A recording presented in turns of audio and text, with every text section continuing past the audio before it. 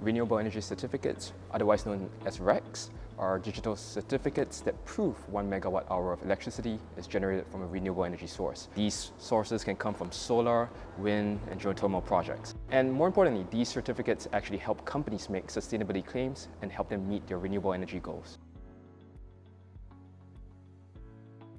In Asia Pacific, RECs are mostly traded over the counter, meaning that you have to actually reach to a broker or an advisor like 2 Degrees to actually get you a pricing quote. But what's interesting in APAC is that we're seeing a rising trend in demand for these certificates as more companies get on board with their sustainability goals. In terms of types of RECs, we're starting to see two main buckets. One that is an internationally traded REC, which is either an IREC or a Tiger, and these are mostly traded in Southeast Asia or even North Asia. And at the same time, we're starting to see new markets or new emerging national markets in China and in India. In the case of China, GECs, and these are more domestic certificates. They are very specific to that market.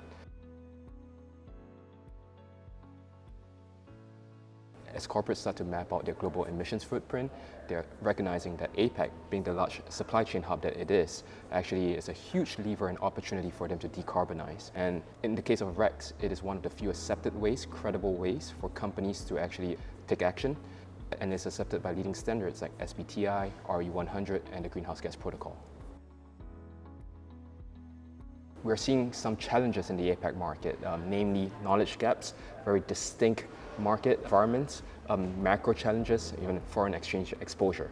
On the first one, on knowledge gaps, what is interesting is that many of these companies in APAC do not have a dedicated sustainability team. Therefore, there is just no champion for these sustainability initiatives. Secondly, I think there is also recognition that APAC is a very distinct market. It is not the same as in the US or Europe, where it's a single market with very harmonized regulatory standards. In APAC, these are discrete countries. So there is a need to kind of mesh, right, both the local standards and the international standards.